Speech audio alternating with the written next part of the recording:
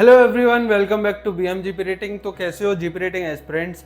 तुम लोगों ने अगर अपने किसी सीनियर से, अपने किसी फ्रेंड से, फैमिली से जो मर्चेंट नेवी में काम करते हैं उनसे बात की होगी मर्चेंट नेवी के रिलेटेड, कैसे एंट्री लेनी है, कौन से कोर्सेस हैं, तुम्हारे लिए बेस्ट कोर्स क्या है।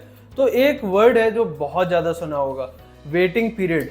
आज की इस वीडियो में तुम्हारे ये सारे डाउट्स क्लियर कर दूंगा। वेटिंग पीरियड क्या होता है, कितना होता है और इससे आपका क्या फायदा है, क्या घाटा है, सारी चीजें बताऊंगा। वीडियो को लास्ट तक देखना।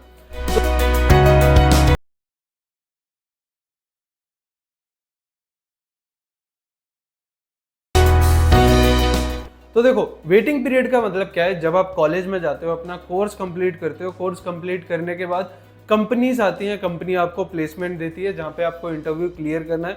आप एक बार कंपनी में सिलेक्ट हो गए, उसके बाद कंपनी कॉलेज खत्म होने के बाद, 6 मंथ का पूरा कोर्स खत्म होने के बाद कंपनी आपको कब अपने जहाज पे ऑनबोर्ड कराएगी, कब जहाज पे भेजेगी जॉब के लिए या फिर ट्रेनिंग के लिए, वो जो पीरियड होता है कॉलेज खत्म करने के बाद जहाज पे ऑनबोर्ड होने वाला, उस पीरियड को हम बोलते हैं वेटिंग पीरियड।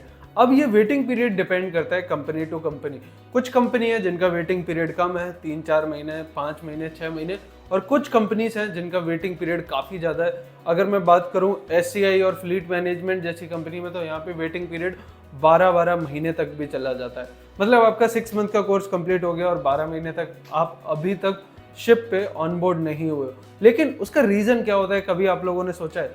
तो रीज़न ये है कि कंपनीज के जो वेसल्स हैं वो बाहर होते हैं। काफ़ी बार ऐसा होता है कि कंपनीज को पता होता है कि जब ये वेसल यहाँ पे आएगा और हमें जो बंदे हैं, जो जीपी रेटिंग्स हैं, उनकी ज़रूरत पड़ने वाली है, तो वो पहले से हायर करके रखते हैं ताकि जैसे ही वेसल यहाँ पे आए तो उनके पास एक रेटिंग हो वेसल पे ऑनबोर्ड कराने के लिए। तो वो वाला रेटिंग जो है वो कॉन्ट्रैक्ट पे गया हुआ है। अब उसके बाद वो हो सकता है ना कॉन्ट्रैक्ट पे जाए, इसलिए वो पहले से जो रेटिंग्स होते हैं उनको हायर करके रखते हैं, सेलेक्ट करके रखते हैं। तो इसलिए जो टाइम लगता है वेसल से फ्री होने में, जीपी रेटिंग्स का जब कॉन्ट्रैक्ट खत्म होगा तब आपको भेजा जाएगा, वो जो टाइम है उसको हम बोलते हैं वेटिंग पीरियड। इसीलिए it depends on company to company. कोई कंपनी है जिनका मैनेजमेंट बहुत अच्छा है या फिर वेसल्स, नंबर ऑफ वेसल्स बहुत ज़्यादा है, उनका वेटिंग पीरियड कम होगा क्योंकि वो कहीं ना कहीं आपको भेज देंगे। और कुछ कंपनीज हैं जिनके पास कम वेसल्स हैं और मेंटेनेंस भी एक लिमिटेड अमाउंट में होता है, पूरा मैनेजमेंट जो है, तो वहाँ पे आपका जो वेटिंग पीरियड है वो थोड़ा सा बढ़ जाता है और इसलिए आपको वेट करना पड़ जाता है। लेकिन अब ये जो 3-4 महीने हैं, ऐसा जरूरी है कि कंपनी के पास वेसल नहीं है इसलिए आप वेटिंग पीरियड पे हो।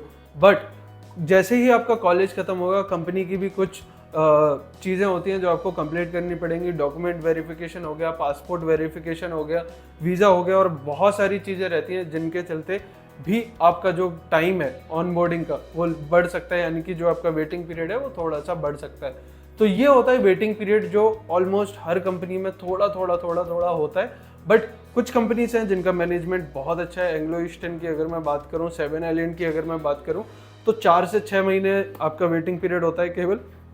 लेकिन कुछ कंपनीज हैं जैसे फ्लीट मैनेजमेंट होगी और एससीआई यानी कि शिपिंग कॉर्पोरेशन ऑफ इंडिया, इनका जो वेटिंग पीरियड है वो थोड़ा सा लंबा होता है।